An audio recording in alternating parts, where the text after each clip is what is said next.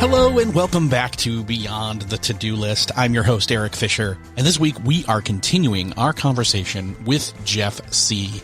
If you missed the last two conversations, one was focused on creativity, the other was focused on repurposing, and I'll link up to those in the show notes.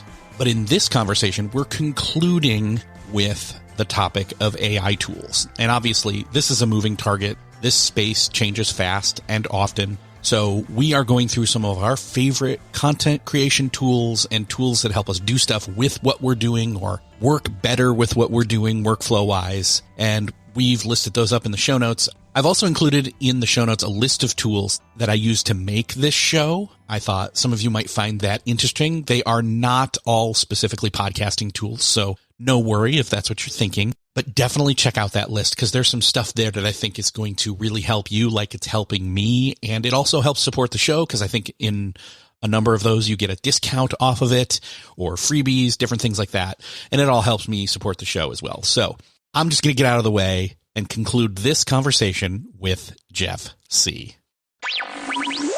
All right. We are here talking with Jeff Sieh once again. We have talked previously about creativity. We also kind of then talked about repurposing, not just coming up with ideas, but then having a pillar piece of content or a pillar thing that you do. In other words, using the whole cow. Jeff, it's been great talking with you so far, but I think one of the things that we wanted to dive deeper into were some of these AI tools and what they can do and what should we be thinking about in terms of, our business and how we can use that. But before we go into those different tools, I know that when it comes to creativity, a lot of people are thinking AI is, especially we just came through a writers and an actors strike in the year of 2023. And one of the key pieces in both those strikes was the use of AI by studios to replace writers, to replace actors. And I know that to a certain extent, that's one of the great things about AI, but it's also one of the worst things about AI. Right. What are your thoughts on this? I think it's going to be something that we're going to have to continue to talk about moving forward because it is getting more and more easy to create all sorts of different visual images. For example, I just spoke about this subject at Lumagental's Momentum. And the funny thing is when you speak somewhere, somebody introduces you usually and they have a thing. And Lou was gave me this, hey, this is Jeff Sieh. I met him, And one of the things I was able to do is you know what, Lou, I don't think that was a very good introduction. And I was able to play an introduction with his voice and with all his inflections going over the top about how great I was, right? It was very, very funny. But great. It was also very scary because I was able to clone his voice with 2 minutes of his podcast and get all his inflections and the way he says things. So I used it for humor. Lou, I knew would be okay with it. But there's stuff now that you can do without any permissions. And so there's going to have to be some regulations going forward. You and I both are comic book fans. We love comic books. It is really easy right now. I can create some amazing Batman images. I can create my own comic book now with the images that I can create from text-based image creation. I have a little bit of issue with that because I love comic books and I love comic book artists and what they do. So also the issue is where they're taking their data sets from. Do they get permission from it? Is it fair use? All sorts of questions. The cool thing is a lot of these companies, even OpenAI and Adobe, they have an incredible in their Photoshop called generative fill, which you can do some really amazing things with, but they're only using to grab their data from data sets that they own from their Adobe stock that they've paid for. Artists, they've actually paid money to them, so they have the rights to use those images in the way they want. That's coming forward too. So kudos to Adobe for doing that. I feel really good about using Photoshop. I don't have any squeamy feelings because I know that they've done that. So, it is a gray area right now. I have created Batman images because it's cool, but I haven't shared them out, if that makes sense. So I think I'm okay with that thing. So, but you have to look and see, am I hurting artists by doing this? Or is it so far away from what, they're doing that it's okay? So there's a lot of questions. So you got to ask and answer those things yourself. The government doesn't even know what the internet is right now. So, it's going to be a while before they figure that out.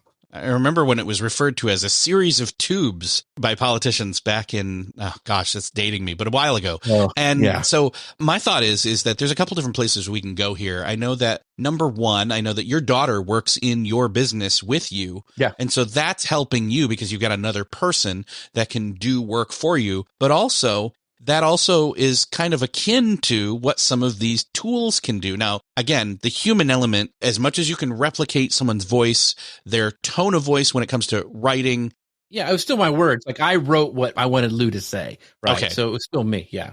But as we're replicating humans to a certain extent, or things that they could have done, we can replicate, but we can't replace. There's still human thought, human heart when it comes to that. And that's something that every person, every business person needs to remember. But I think that's one of the key places that AI comes into small and large businesses is it's fulfilling a role somebody else used to do, and now it's doing, or it's being used by a human. Another one of the things that can be a roadblock that AI can help with is the blank page syndrome. And I think that's one of the best things it comes up with. Again, you can ideate and come up with images and then actually hire somebody to create really good images, depending on what the thing is you're wanting to do, commercially, et cetera. Same thing with train it on your tone of voice and say, hey, write me a draft of such and such. Like, what's your thoughts on that kind of ideation stage when it comes to these tools?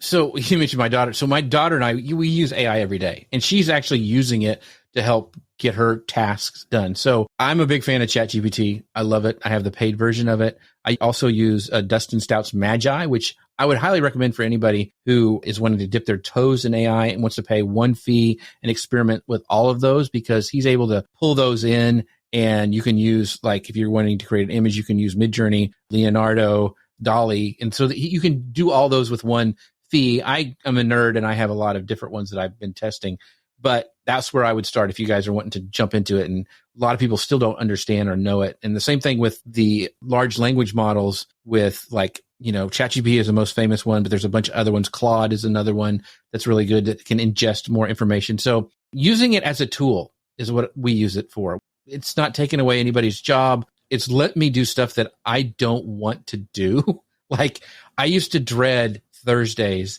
before my show went out on Friday. I have to write, the social post, I've got to write the emails that go out. I've got to write all these different descriptions. I've got all these things, and I don't have to worry about that anymore. It just does it so fast.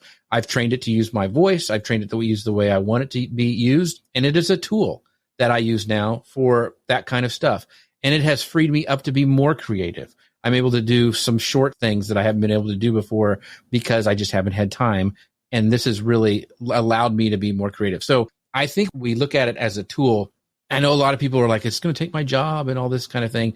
And there are some jobs I think that it will take away. Like, why do I need to pay somebody to do this if they can do this kind of copywriting super easily? And it's not cool. It sucks for them. I get it. But just like right now, if I go outside, I don't see a blacksmith shop on every corner like it used to be back in the days where we had horse-drawn carriages. They're still blacksmiths. They do good work. You still need them for shoeing horses and stuff, but we don't have as many as we used to. I think it's the same way with some of the industry that's going to move forward. It's just going to have to change. It's just going to. Like, it's going to stink for some people. Other people are going to use it as a tool. And that's the way I'm using it. It allows me to create images and video and all sorts of things that I wasn't able to create before to tell stories. We mentioned this before, like when I talked last year at Momentum about this stuff where I did the Lou's voice thing, talked about AI, is always before when I created a presentation, because I like to use a lot of visuals because I'm a visual person and that's how I work. I'd always have to try to find stock photos and pigeonhole them into my presentation. Like, you're like, hopefully they'll get the idea behind this. This was the first time I've ever had a presentation. It was all original images, and it was exactly the way I wanted it to look. It was so freeing. I got so many compliments. I'm like, that slide deck was amazing. I've never had as many compliments as that.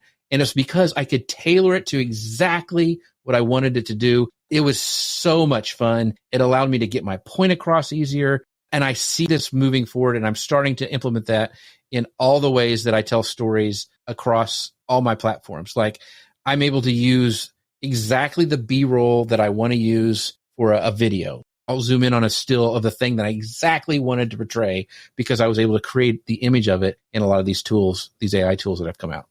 I love the idea of using your own created images and tailoring them exactly to how you want it to be in your presentation. I remember somebody sharing with me, sparked this idea. Somebody shared with me they had an outline for a presentation, but they hadn't made the slides yet. And they did something where they uploaded that outline and it spit it out as a presentation. Now, it wasn't like, I mean, you still got to, go through and polish it, make it your own. But again, it's get past that blank page. For some people, the blank page is, oh, I haven't made the outline yet. For others, it's, I know what I want to say and it's outlined, but man, the tedium of the slide creation is their blank page. So it's extremely helpful. Well, even if to get started, like, a lot of times as creatives, we'll see something in our mind or we'll have an idea and we can't articulate it well. Well, that's one of the great things about ChatGPT is you can throw that idea in there and say, hey, I want to create a set of questions around this. Help me do that. And then it starts building. It's like you have this personal assistant bouncing things back and forth to you. And you can even ask it like, hey, if I'm not clear, ask me follow-up questions. And then you can type in those questions like, yeah, I meant this, and I'm trying to portray this. And if you give it the prompt like, if I'm not clear on what that I want you to do, ask me a question, and it will ask you questions. And then you can really zone in on what you're trying to do. I've used that for presentations before. One of the cool things, Erik, that I've done on a podcast before is I had two different people that they were coming on my show, and I made the mistake of going, hey, Jim, what do you want to talk about? Hey, Chris, what do you want to talk about? And they were two separate things. I'm like, well, crap. How am I going to integrate this on my show? And I said, hey, ChatGPT, I have Chris that wants to talk about this. I want Jim that wants to talk about this. How can I make a show out of that? What are some questions I can ask? And it went and put them all together and made a perfect show, which integrated both those ideas. That to me was like mind blowing. I love that, being able to do that kind of stuff. Now, one of the tools, we mentioned some AI tools when we were talking about repurposing. That in that conversation, you mentioned Descript. I want to talk about Descript and its AI stuff for a second in a minute. But one of the things that I love that I mentioned was Cast Magic. And I don't think I talked about how deep that goes. It pulls in a transcription. You can connect an RSS feed too, by the way. You can connect RSS feeds from different things, and you don't automatically transcribe them. It just shows up there already, and you can click this one, this one, this one, and it'll pull it in automatically. So, and what it does is it either takes that audio file, that video file, you can identify the speakers, and then it transcribes it. And then this is where the magic happens, because it's Cast Magic. Basically what it does is it goes through and it analyzes, okay, well, here's what's being spoken at this moment and this moment and this moment. Like, here are the key timestamps and things that are stated there. Here are potential titles for this. Here's a potential, summary newsletter talking about whatever this was. Yeah. And the great thing is that it's not just those stock ones that you can set up to have every single time you drop something in, it'll run all those standard ones. You can also go to the Cast Magic community or see community prompts that people are asking other different things to do. Beyond that, you can even do something which I think they call pages, where if you have multiple pieces of content, audio or video, you can collect them together in one piece and then ask questions from those collected pieces. So like, for example, if Jeff and I had a conversation about creativity and repurposing and AI tools, I could pull all those together and then ask it questions about all three at the same time, not just a single, one thing. So I love what Cast Magic does. I mean, I was kind of blown away when somebody showed it to me 6, 7, 8 months ago or now. Yeah, I think I got it because you told me about it. And I use Descript for some of the same things, but a lot of times for other clients and things, I'll drop it into Cast Magic and see what it spits out, see if I like it better. It even has I think it has a threads, like one that it'll actually make a description for threads, which is really handy. Being able to go to those different platforms, I really, really like. So you wanted to get some more things with Descript. Descript has some amazing things that have come out. They have AI built into it where you can actually ask questions during editing. Like you can say, hey, take out my word gaps from if you have a podcast, it'll do that. One of the coolest new things that they have is find clips, where it'll actually find good clips from your show, which is just amazing. But the thing that has changed the most for me is they have a thing called Regenerate.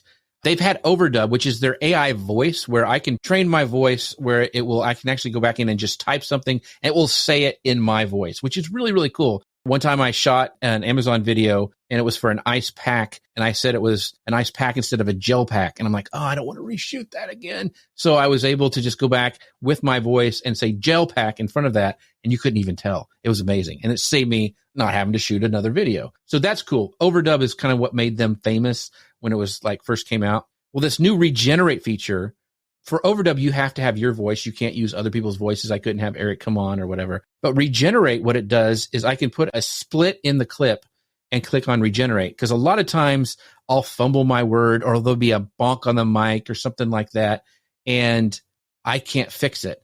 Well, now, even if Erik's there and he says my name wrong or something like that, I can click that button called regenerate. And before the split and after the split, it will regenerate that piece of content, which is in the transcript.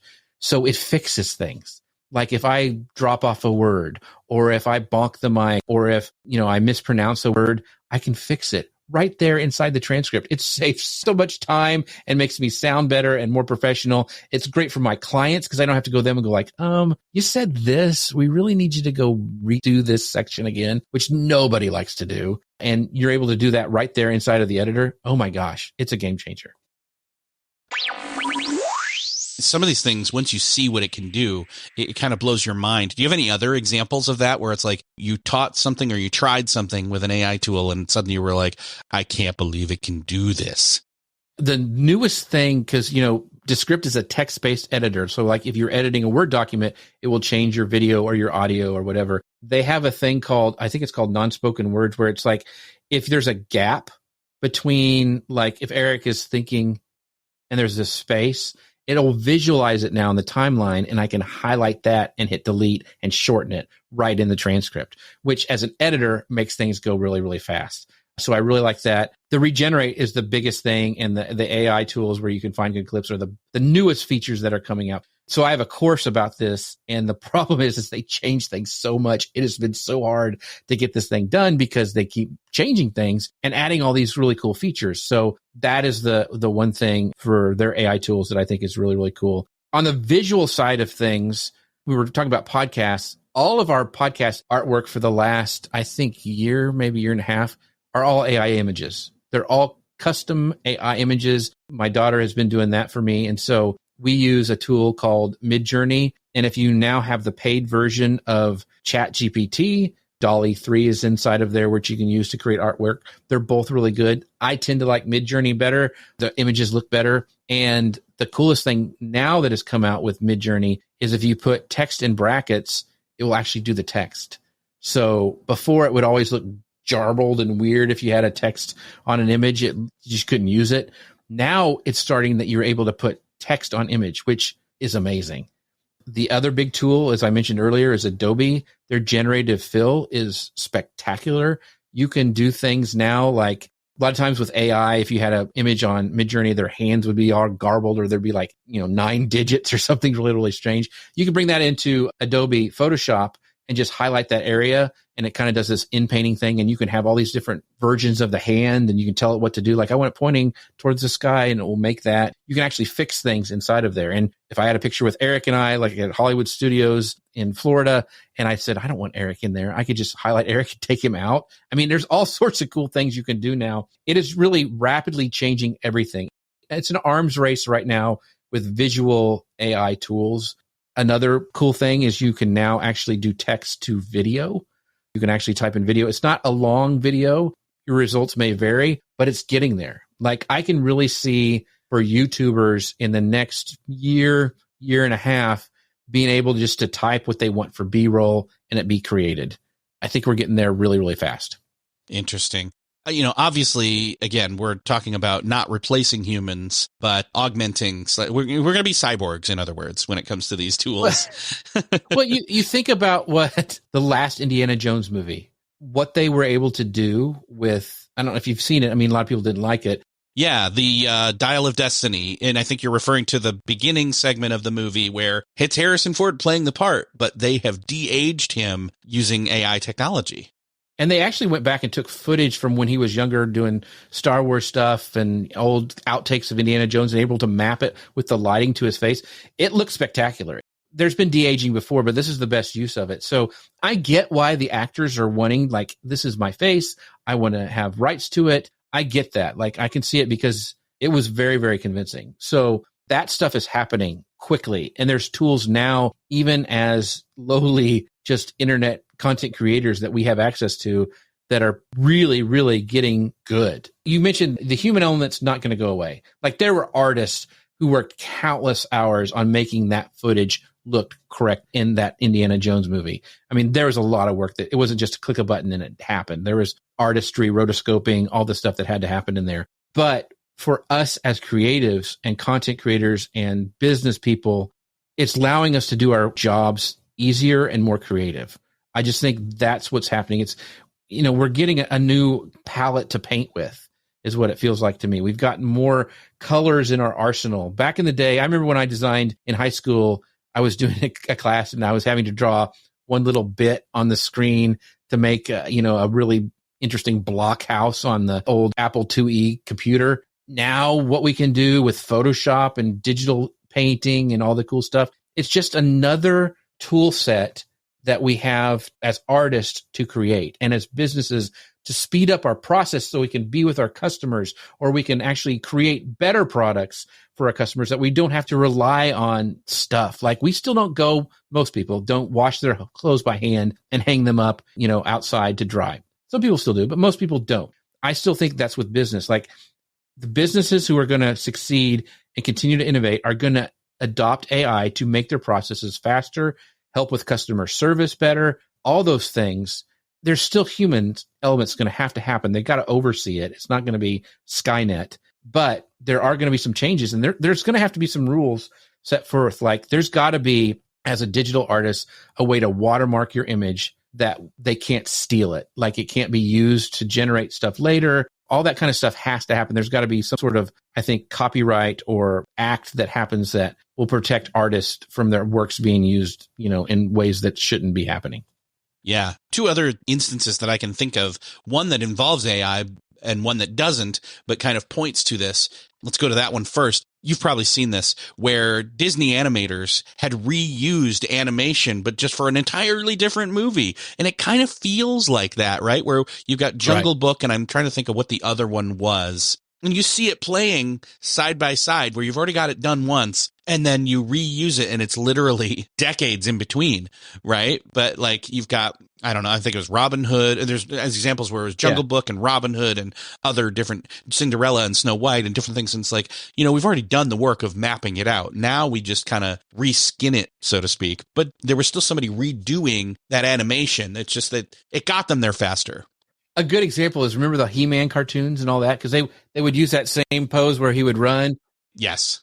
They would constantly and Hanna-Barbera did the same thing with a lot of their stuff. They would reuse the different parts to tell different stories. And I know I may have a very naive view about this, but I like it because I can tell stories better.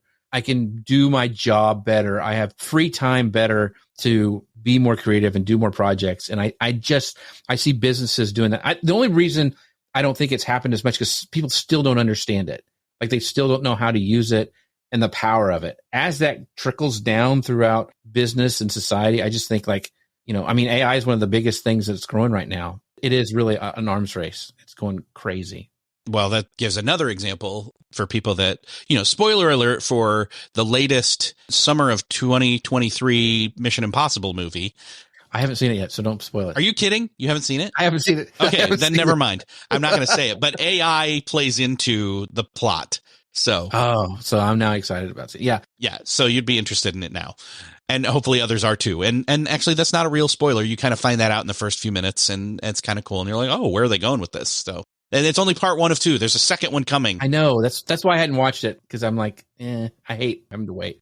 But another example was the Beatles. They had 3 songs that were demos of John Lennon's, and back in 1995, the 3 remaining had gone over and they'd used those demos and then added their own flourishes and came up with Free as a Bird and Real Love. Well, there was another one that they couldn't separate the piano from the track of John Lennon's singing in this demo. They just couldn't do it. The tools weren't there to separate it out with any fidelity to it, any quality to it. And what happens is fast forward to now, George is gone, obviously, although they had done some work on it. So there was some of George's work that was there. And then Paul and Ringo come in and take George's stuff. And then the now clean, more beefy, better sounding vocal track from John Lennon removed that piano that was kind of garbledy. And then they can create this last Beatles track that all 4 of them play on. And whether you're a huge Beatles fan like me and think you know what? I liked it and I liked the video. It's not amazing. It's good enough. It kind of caps things. I'm great. I'm good with it. Others who are like, this is a travesty, whether it's for the, the use of AI first and foremost, or just the kind of commercial, like, okay, going back to the well again. That said, the tools and the opportunities the tools give us is really more the thing. And I say all that to say, I saw a musician who had posted a little promo about a single or something he's got coming out. And it was a video and it was kind of made with AI and they made it themselves. And somebody commented and said something like, oh, musicians and artists are losing their jobs because of this. I can't believe you did this. He's like, this is like going into the studio like the Beatles and learning all the new tools and doing cooler, newer things with it. It's still using a tool is the key I want to address. You're always going to have people who say it's not as good or it's not as great or it's like it's cheating or something. But like, we had records and people still like to go buy records. Had a huge resurgence because it was a thing that people liked, and I see that could be the same thing. Like one of the things that I've said this before is that because of podcasting and live video, which we both do, is I think our jobs are pretty much safe because you can't replicate this yet. There's something there where I know somebody in my audience and I can make a comment about it. There's something intimate about me being in somebody's ear on a podcast, about you talking to a guest on your show and having it, the kind of this bounce back and forth and the imperfections that it is on a podcast or a live show.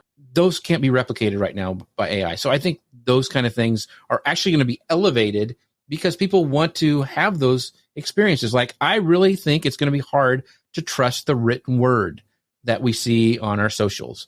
And having these kind of things, I think, are great. For me, images tell a story anyway, and it doesn't have the same thing as a written word. So that's why I like using things, because I can create exactly the podcast artwork that I see in my mind. I can create exactly, my presentation that I want to with the visuals that I want. So to me, it's kind of a different thing. I don't want to take away from artists.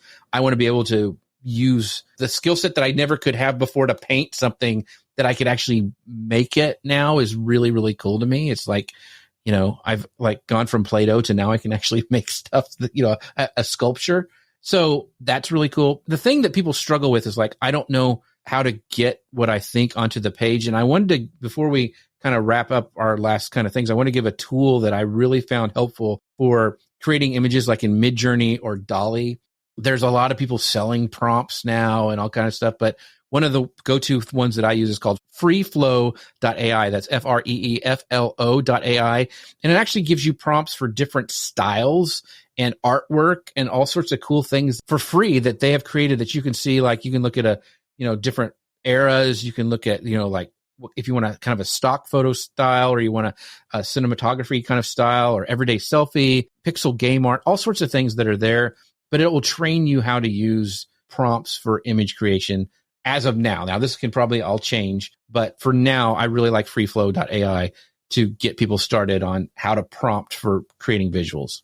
That's cool, because again, that gets you past the blank page portion of the prompt creation side of things, which again, it's all about getting beyond like your stuckness with your thought processes and your patterns. And we all, as people, as business owners, we have this idea, and yet we don't know how to get past that first hurdle of translating it and communicating it, whether it's to ourselves or to others, to then act on it. Right. And this kind of gets you started, because I don't know all the different camera lenses and the f-stops and all this stuff. And this can kind of help you get a cheat sheet to those, to create those great images that you may have in your mind, but you've never been able to actually make before. So it's a great place to start. Yeah. I can't help but think of the word artisanal that people have thrown around, and bespoke, and, all those things where it's, again, part of the beauty of, you mentioned records and the vinyl resurgence with all the electronic music and everything, and even, moving to 8-track, to tapes, to CDs, where they all had their moments and their benefits, but that this vinyl had this warmness and this human soulness, or whatever you want to call it. And even for that matter, live music, people performing in person and the experience of things. So I don't think any of that is going away. And in fact, I think it draws more of a contrast between the two, to where we hold those moments and experiences as unique. And, as people, that's what we want to create. for others. Yeah. And they griped about when vinyl came out, the old stenographs or whatever they cranked up, that they thought it would take away from concerts and stuff. They thought it would kill live performances because you could buy those records and have them anytime you wanted. And so that hasn't come true as well. So I don't think art's going to go anywhere. I don't think creators are going to go anywhere. I think it's just another, like I mentioned before, another palette of colors that they're going to be able to use to tell their stories and create their art. Yeah. Well, it's an ongoing discussion and just wave of technology and innovation as we continue to touch on this and keep going. You're one of the people that's constantly using these tools and discovering and sharing about it. I'd love to direct people to where they can connect with you and find out more about you and all that you're doing in your business. Yeah. So if you guys want to know more about Descript, which we talked about a lot, and has a lot of these tools that Erik and I are using for like live video and podcasting, you can find out about my course at jeffsieh.com/Descript 101. That's JEFFSIEH/Descript 101. That's Jeff Sieh, and C is spelled S as in Sam, IEH, just like my mom taught me to say it. I would love to connect with you wherever you guys are. I'm Jeff Sieh across all the socials. Awesome. Jeff, thank you so much for sharing. Every time you've shared, it's built upon the last time, and it's extremely helpful. So thank you so much for sharing. Thanks for having me. Well, that's another podcast crossed off your listening to-do list. I hope that you enjoyed this series that we did with Jeff Sieh. Definitely take some time. Again, if you missed the first two, go to the show notes for this episode at beyondthetodolist.com. There you will find the other episodes that Jeff's been in recently. He's also been on the show a number of times in the past, but these two, or I should say now with this one, 3 episodes with this ongoing conversation with Jeff. We've touched again on creativity, repurposing, and AI tools. You can listen to all 3 of those in a row. I guess you've already gotten to the end of the third one now. But you can still go back to those first 2 if you missed them. If not, I am glad that you stuck with this conversation, this ongoing conversation. I hope that you found something really helpful in this AI tools episode. And again, we'll probably do a version of this every once in a while, touch in on, favorite AI tools. What are the ones that were in our toolbox now? What are the ones that we're swapping out? In fact, I've actually got an iOS app, iPhone app episode that I'm working on, collecting things for that, different apps for that are, my most used productivity apps on my phone. Some that you've probably never heard of. So look forward to that. Anyway, if you found this episode helpful, I would love for you to share it with somebody, or on social media for that matter. Just go over to the show notes again at beyondthetodolist.com. You can share it from there. Also, you can hit that share button wherever you're listening to this, your podcast player app of choice. Thank you again for sharing. Thanks for listening, and I will see you next episode.